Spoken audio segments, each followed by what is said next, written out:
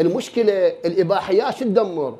أخذوا عينة تقريبا 60 واحد أعمارهم من 20 إلى 60، ذولا يشوفون 4 ساعات بالأسبوع أفلام إباحية، 4 ساعات، ولا شبابنا يقعد يوميا 8 ساعات. وما شايف؟ وانفتاح من جريدة ما بها بس صدام القائد الضرورة إلى فري. وإحنا هم ما ربينا أولادنا أن يستشعرون الله تعالى. هم أخذوا عينة 60 واحد أعمارهم من 20 ل60، وذولا يوم كل أسبوع 4 ساعات. بعد ما قامت الدراسة تبين بأن عقولهم أو مخوخهم منكمشة.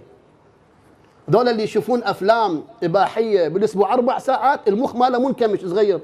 بعد اكو مادة بالمخ يسمونها المادة السوداء، هاي مسؤولة عن الذكاء، تتلاشى مرور الزمن. بعد اكو جهاز عنده يسمونه جهاز الإثابة، هذا اللي يقول لك عافية إذا أحسنت، مو زين إذا أخطأت، يقول مرور الزمن يموت تقتل الإباحيات. لذلك ذولا اللي يدمنون حالة الإباحية بعد ما عليه.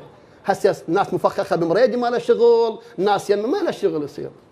حتى من يشوف عرضهم ما له شغل.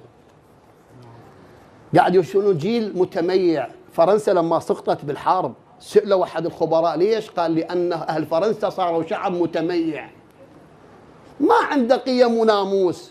أنا أقرأ عن المسلمين بلاد الأندلس كم سنة؟ 500 سنة، لكن بعدها المسلمون في بلاد الأندلس انهزموا شر هزيمة. ليش؟ يا سلاح استخدموا النصارى، النساء والخمرة. لذلك الغرب بريطانيا أمريكا ما دخلت مكان إلا ونشرت النساء. شنو؟ اليوم الحمد لله بفضل الأحزاب الإسلامية لما تروح لبعض المناطق تلقى إباحية حتى بزمن صدام موجود.